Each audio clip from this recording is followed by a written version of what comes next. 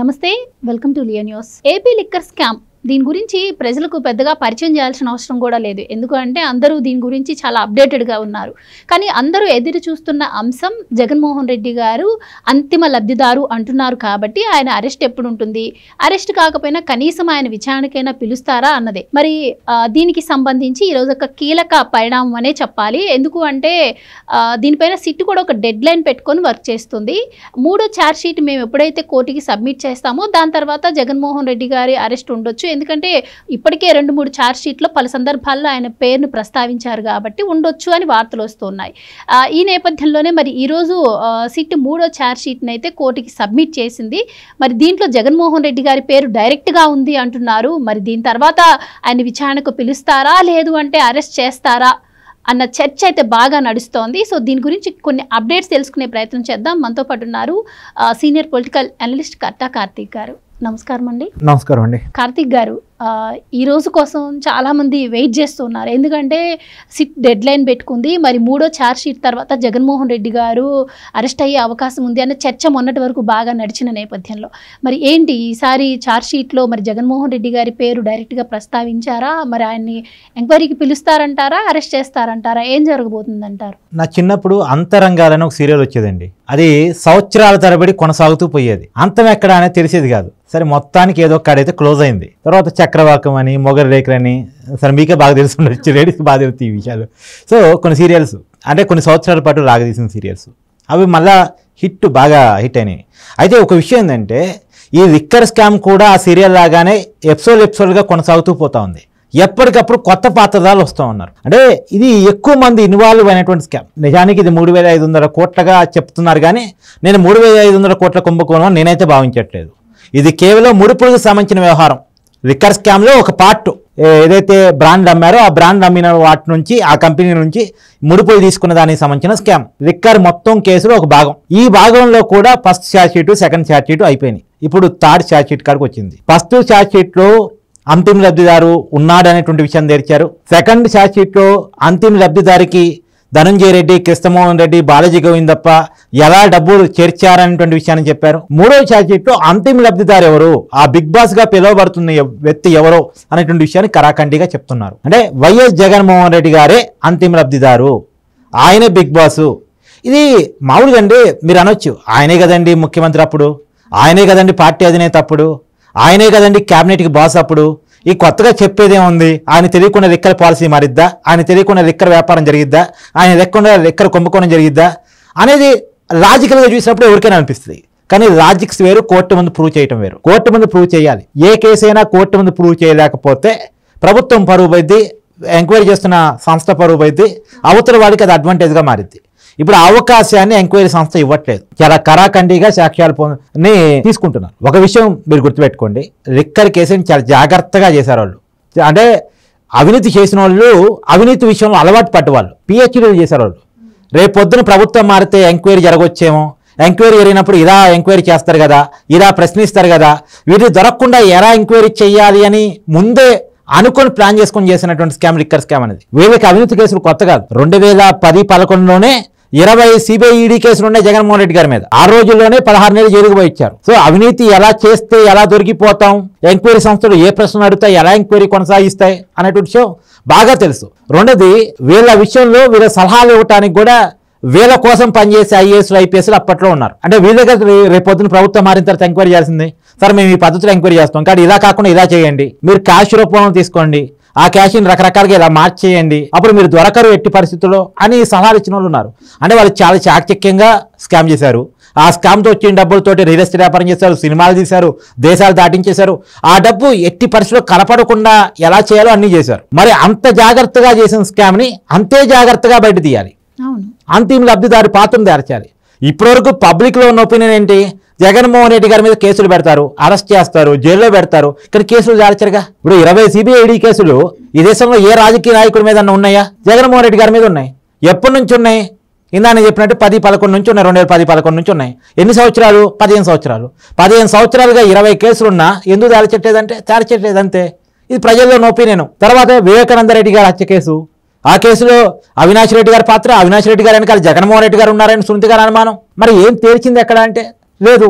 ఇప్పుడు liquor case అలా కాకూడదు. అసలు నిజం చెప్పాలంటే దీంతో పాటు మీరు అన్నారు వైఎస్ వివేకానంద రెడ్డి గారి మరణం, దానిలో సునీత గారు చెప్పారు కదా ఇక్కడ జగన్మోహన్ రెడ్డి గారికి ఫోన్ వచ్చింది అని చెప్పినా కూడా ఎందుకు ఆయన్ని కనీసం ఎంక్వైరీకి కూడా పిలవట్లేదు అని చెప్పి.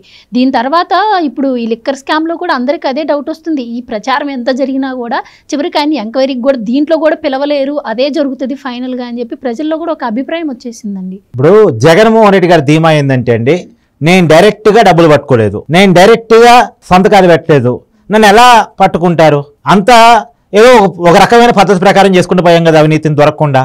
ఇప్పుడు నేను ఎక్కడ డైరెక్ట్గా ఇన్వాల్వ్ కాలే కదా, నా చుట్టూ ఉన్న వాళ్ళు ఇన్వాల్వ్ అయ్యారు. మీరు చెప్తున్న దాని ప్రకారం ఇక్కడ 2 రకాలండి. మీరు అన్నట్టు ఇది నెలల తరబడి సాగుతుంది అండ్ ఇప్పటికీ కూడా జగన్మోహన్ రెడ్డి గారి టచ్ చేయలేకపోయింది అంటే ఆయనకి సంబంధించి నిజంగానే టెక్నికల్ ఎవిడెన్సెస్ దొరకలేదా అన్న అనుమానం ఒకటి లేదండి. ఎందుకంటే సునీల్ రెడ్డి గారు నుంచి ఆయన ఆర్థిక లావాదేవీలు ఈయనే చూస్తారు కాబట్టి ఈయన గురించి వచ్చిన తర్వాత కూడా మరి జగన్మోహన్ రెడ్డి గారి గురించి రాలేదు కాబట్టి టెక్నికల్ ఎవిడెన్సెస్ లేవు అన్నది ఒకటైతే, మీరు ఇంకోటి అన్నారు ఆయనకి ఏ సంబంధం అనే ఛాన్స్ ఉంది అని చెప్పి. ఆయనకి ఏ సంబంధం అని ఎలా అనగలుగుతారు? ఎందుకు అంటే ఇది ప్రభుత్వం రన్ చేసేదైతే ముడుపులు నాకు ముట్టలేదు అన్నది ఆయన చెప్పొచ్చు.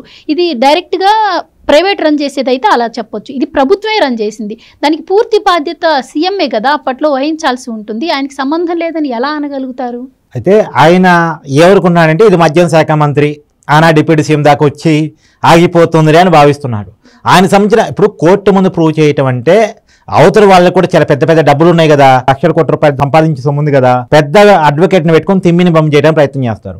ఆ తిమ్మిని బమ్మి చేయగలిగినా సరే చూపించగలిగిన టెక్నికల్ ఎవిడెన్స్ ఇటు దగ్గర ఉండాలి. అందుకే కొద్దిగా లేట్ అవుతుంది. లేట్ అయినా సరే జగన్మోహన్ రెడ్డి గారి పాత్ర ఉందని మీరు లాజికల్గా ఎలా చెప్పారో నేను ఫస్ట్ చెప్పాను.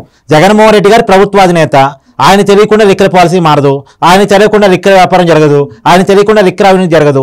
మామూలుగా జనరల్గా చెప్పడానికి ఇది మనకు వచ్చింది, కానీ కోర్టు ముందు ప్రూవ్ చేయడానికి ఇది మాత్రమే సరిపోదు. జగన్మోహన్ రెడ్డి గారికి సంబంధించి ఆస్తులు ఏ రకంగా పెరిగాయి, ఆస్తుల్లోకి లిక్కర్ డబ్బు ఎలా వచ్చేరింది, ఆయన ఎక్కడెక్కడ లిక్కర్ డబ్బుని ఇన్వెస్ట్ చేశాడు, ఆయన ఏ రకంగా అవినీతి చేశాడో క్లియర్ కట్గా చార్జ్ చేయగలగాలి. దానికి సంబంధించిన టెక్నికల్ ఎవిడెన్స్ని కోర్టు ముందు ప్రొడ్యూస్ చేయగలగాలి. రెండోది, మిగతా వాళ్ళని అరెస్ట్ చేయడం వేరు, జగన్మోహన్ రెడ్డి గారు అరెస్ట్ చేయడం వేరు. జగన్మోహన్ రెడ్డి గారు రాజకీయంగా వైసీపీకి అధినేతగా ఉన్నారు, మాజీ ముఖ్యమంత్రిగా ఉన్నారు. రేపొద్దున ఏదైనా ఇటువైపు నుంచి అటువైపు మారితే సానుభూతిగా మార్చుకునే ప్రయత్నంలో ఆయన సిద్ధాస్తుడు. కాబట్టి ఆయన లిక్కర్ కేసులో సానుభూతి రాదులేండి, కానీ అయినప్పటికీ కూడా ఆయన ఆ ప్రయత్నాన్ని చేస్తాడు. కాబట్టి చాలా జాగ్రత్తగా చంద్రబాబు నాయుడు గారు సిట్ అధికారి చాలా క్లియర్ కట్ ఇన్స్ట్రక్షన్స్ ఓపెన్గా చెప్పారు. సాక్ష్యాధారాలు ఉంటేనే ఎవరైనా అరెస్ట్ చేయండి, చాలా క్లియర్ కట్ ఎవిడెన్స్ తీసుకునే మీరు ముందుకెళ్ళండి, కేసులు మాత్రమే ప్రూవ్ చేయగలగాలి. ఎందుకంటే ప్రజల ప్రాణాలు తీస్తూ సంపాదించిన డబ్బది. దాదాపు 30,000 మంది ప్రాణాలు పోయాయి, దాదాపు 70,000 మంది కిడ్నీలు లివర్లు పాడయ్యాయి. ఇది ఒక నివేదిక. ఇది కాదంటే అసలు ఒక జిల్లాలోని 7,000 పోయాయని సెల్ఫ్ నివేదిక చెప్తుంది కదా. ఆ లెక్కలు చూస్తే లక్షలాది మంది ప్రాణాలు పోయాయి కదా, ఇంకా లక్షలాది మంది కిడ్నీలు లివర్లు పోయాయి కదా, చనిపోయిందే లక్షలాది మంది అని చెప్పేసి ఇది ఇంకో నివేదిక. మొత్తంగా కొన్ని వేల ప్రాణాలు, వేల కుటుంబాలు ఇబ్బంది పడ్డేటువంటి స్కామ్ అది. అంతమంది కుటుంబాన్ని ఛిద్రం చేసి వాళ్ళ ఛిద్రాల మీద, వాళ్ళ శవాల మీద డబ్బులు సంపాదించిన స్కామ్ ఇది. కాబట్టి ఈ కేసులో చాలా క్లియర్ కట్గా సిట్టు ఎవిడెన్స్ సంపాదించి అంతిమ లబ్ధిదారుడి పాత్రని చాలా క్లియర్ కట్గా తేల్చి కోర్టు ముందు ప్రూవ్ చేసి ఖచ్చితంగా ఆయన దోషి అని చూపించాల్సిన బాధ్యత ఉంది. ఆ రకమైనటువంటి ఎంక్వైరీ జరుగుతుంది. అందుకని కొంత లేట్ అయినా సరే చాలా పకడ్బందీ ఎంక్వైరీ జరుగుతుందండి. ఇప్పుడు మీరు ఇందాక అన్నారు సునీల్ రెడ్డి గురించి చెప్పారు. ఈ సునీల్ రెడ్డి ఎవరు? జగన్మోహన్ రెడ్డి గారి గత కేసుల్లోనే జరిగిపోయిన వ్యక్తి. చంచలగూడలో జగన్మోహన్ రెడ్డి గారితో కలిసి జైలు జీవితాన్ని అనుభవించిన వ్యక్తి. ఆ రోజుల్లోనే ఇందా నేను చెప్పిన జగన్మోహన్ రెడ్డి గారి మీద నమోదైన 20 సిబిఐ ఈడీ కేసుల్లో భాగంగా ఒక కేసు అయినటువంటి ఎంఆర్ ప్రాపర్టీస్ కేసులో 215 కోట్లని మనీ లాండరింగ్ చేసిన వ్యక్తి, సూట్ కేసు కంపెనీలు పెట్టి ఇటు డబ్బును అటు, అటు డబ్బుని ఇటు, బ్లాక్ మనీని వైట్ చేసినటువంటి వ్యక్తి. ఇప్పుడు కూడా అదే పని చేశాడు ఇతర వ్యాపారంలో. దాదాపు 40 సూట్ కేసు కంపెనీలు ఇప్పటివరకు సిట్టు గుర్తిస్తే దాంట్లో 10 కంపెనీలు ఈ సునీల్ రెడ్డి ఏర్పాటు చేసినవి అని. హైదరాబాద్లో 5 కంపెనీలు, వైజాగ్లో మరొక 5 కంపెనీలు. దీని ద్వారా పెద్ద ఎత్తున మనీ లాండరింగ్ చేశాడు. బ్లాక్ మనీని కుబేరాలో నాగార్జునేనుగా ఎలా బ్లాక్ మనీని వైట్ చేసే ప్రయత్నం చేశాడు, ఎలా డబ్బుని వేరే వాళ్ళ చేతిలోకి తరలించే ప్రయత్నం చేశాడు. ఇక్కడ కూడా సునీల్ రెడ్డి అదే చేశాడు అనేటువంటి విషయాన్ని ఇప్పటికే చుట్టూ ధృవీకరించింది. ఎవరి సునీల్ రెడ్డి? మా అందరికీ తెలిసిందే జగన్మోహన్ రెడ్డి గారి షాడో. కానీ ఈ జగన్మోహన్ రెడ్డి గారి షాడో అని మనకు తెలిసిన విషయాన్ని కోర్టు ముందు ప్రూవ్ చేయగలగాలి. కాబట్టి కొంత టైం తీసుకున్నా సరే సరైనటువంటి ఎవిడెన్స్తో సిట్టు ముందుకెళ్తే మాత్రం ఖచ్చితంగా జగన్మోహన్ రెడ్డి గారు ఇక్కపోక తప్పదండి. సో మీరు అన్నట్టు ఆ టైం వచ్చిందంటారా? మరి ఇప్పుడు 3వ ఛార్జ్ షీట్ అంటున్నారు, జగన్మోహన్ రెడ్డి గారి పేరు ప్రస్తావించారు దీంట్లో స్వయంగా అని డైరెక్ట్గా అని అంటున్నారు. సో మరి ఇదే లాస్ట్ ఛార్జ్ షీట్ అవ్వబోతుందా? మరి జగన్మోహన్ రెడ్డి గారిని ఎంక్వైరీ పిలుస్తారా? మీరన్న టెక్నికల్ ఎవిడెన్సెస్ దొరికాయంటారా? మామూలుగా అయితే ఫైనల్ ఛార్జ్ షీట్ 3వ ఛార్జ్ షీట్ అని అన్నారు, కాదు అని మనకు తెలుస్తూ ఉంది. ఇంకో ఫైనల్ ఛార్జ్ షీట్ ఉంటుంది అని విషయం తెలుస్తూ ఉంది. ఇప్పుడు అంతిమ లబ్ధిదారి పాత్ర ఇప్పుడు తేలబోతోంది. Time is came.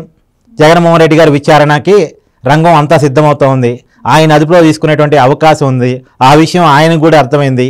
అందుకనే సానుభూతి పవనాల కోసం లేనిపోని అంశాలను ముందు పెట్టుకొని, నమ్మనటువంటి విషయాలను ముందు పెట్టుకొని ఏదో రేజ్ చేసే ప్రయత్నం చేస్తూ ఉన్నాడు.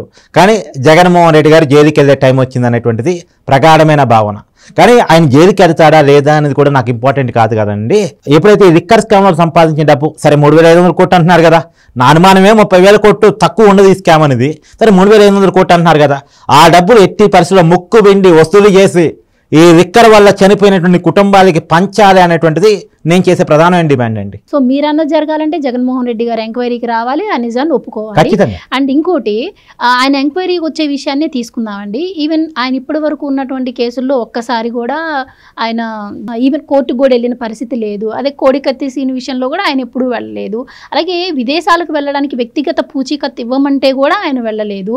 అలాంటిది ఇప్పుడు జగన్మోహన్ రెడ్డి గారు ఈ ఎంక్వైరీకి వస్తారా? ఆయన రాకుండా తప్పించుకునే లొసుగులు ఏమన్నా ఉంటాయంటారా? లాక్కొస్తారండి. వస్తే మంచిగా ఉంటుంది, లేకపోతే లాక్కొస్తారు. ఎంతకాలం, ఎన్ని విషయాల్లో, ఎన్ని కేసుల్లో అంటే దేనికైనా ఒక హద్దు ఉంటుందండి. ఆ హద్దు మీరితే చట్టం ఊరుకోదు, రావాల్సి వస్తుంది. ఇప్పుడు ఈ శుక్రవారం నేను కోర్టుకి పోవట్లేదుగా, చెల్లుబాటు అవుతుంది కదా అంటే ఆ చెల్లుబాటు అయినంతకాలం అయింది. ఇక ప్రతి కేసులో అదే చెల్లుబాటు అవుద్ది అనుకుంటే పొరపాటు విషయం. చట్టం నుంచి కొంతకాలం తప్పించుకోవచ్చండి, ఎల్లకాలం తప్పించుకోలేరు. దానం జనార్దన్ రెడ్డి కూడా అదే అనుకున్నాడు. చట్టం నుంచి నేను తప్పించుకున్నా, నా కేసు ఏడు నీరు కాలిపోయిందిరే, నా కేసు గాలికి కొట్టకపోయిందని అనుకున్నాడు. కానీ ఏమైంది? పోయి జైల్లో పడ్డాడు దోచిగా. ఈ జగన్మోహన్ రెడ్డి గారు దేవుడు ఇచ్చిన అన్నయ్య కదా. కాబట్టి ప్రతిసారి చెల్లుబాటు కాదండి, కొంతకాలం చెల్లుబాటు అయితే అంతే. ఇప్పుడు నిజానికి ఈ కేసులో నాకు తెలిసి తప్పించుకోవడానికి అవకాశం లేదు. లిక్కర్ కేసులో తప్పించుకోవడానికి అవకాశం లేదన్న విషయం జగన్మోహన్ రెడ్డి గారికి కూడా అర్థమైపోయింది. అందుకనే ఆయన సానుభూతి పవనాలు ఎత్తుక్కుంటా ఉన్నాడు. ఏదో పేరుతోటి రాష్ట్రంలో గందరగోళం క్రియేట్ చేయాలనేటువంటి ఒక ఆలోచనకి ఈయన వస్తూ ఉన్నాడు. ఏదో మెడికల్ కాలేజ్ ప్రైవేటీకరణని, పింఛన్లు తీసేస్తున్నారని, తర్వాత రైతులు గిట్టుబాటు ధర ఇవ్వట్లేదని. కానీ ఆయనకు అర్థం కాని విషయం ఏంటంటే ఆ విషయాలన్నీ ఆయన చెప్తే నమ్మరు, ఇంకెవరైనా చెప్తే నమ్ముతారు తప్ప. కాబట్టి ఏది ఏమైనా జగన్మోహన్ రెడ్డి గారికి టైం వచ్చింది. ఆయన రెండోది, జగన్మోహన్ రెడ్డి గారికి ఒక క్లారిటీ క్లియర్గా ఉందండి. మరి మీకు తెలుసో లేదో నాకు తెలియదు కానీ 2029 ఎన్నికల్లో ఓడిపోతే రాబోయేటువంటి రోజుల్లో జగన్మోహన్ రెడ్డి గారు నిందితుడిగా కాదు, దోషిగా జైలు జీవితాన్ని అనుభవించాల్సి వచ్చింది అది లిక్కర్ స్కామ్లో. కాబట్టి నెక్స్ట్ పొలిటికల్ లైఫ్ అనేది ఉండదు. వన్స్ దోషిగా తేలాడు అంటే ఉన్న ఎమ్మెల్యే పదవి ఊస్టింగ్, సరే ప్రభుత్వం రాదు కాబట్టి అది పక్కన పెట్టేయండి, అది ఉన్న ఎమ్మెల్యే పదవి, పులివెందుల ఎమ్మెల్యే పదవి ఊస్టింగ్ అవుద్ది. ఎన్నికల్లో పోటీ చేసి అర్హత లేకుండా పోయింది. జైల్లో ఉన్నంతకాలం పోటీ చేయలేడు, జైలు నుంచి వచ్చిన తర్వాత కూడా 10 సంవత్సరాల పాటు పోటీ చేయలేడు. కాబట్టి జగన్మోహన్ రెడ్డి గారు కేసు ఏదైనా తేలే కేసు ఇప్పట్లో ఉంది అంటే అది లిక్కర్ కేసే. అది మేము మళ్ళీ 2029 కంటే ముందు తేలిద్దని నేను చెప్పట్లేదు, 2029 తర్వాత తేలే అవకాశం ఉంది. కానీ 2029 ఎన్నికల్లో గెలిచి ఈ కేసును నీరుగార్చుకోవాలని జగన్మోహన్ రెడ్డి గారు తెగ తాపత్రయపడుతున్నారు. కానీ ప్రజలు చాలా చైతన్యంతో ఉన్నారు. Thank you so much sir. Thank you. Please subscribe to Leo news for more videos.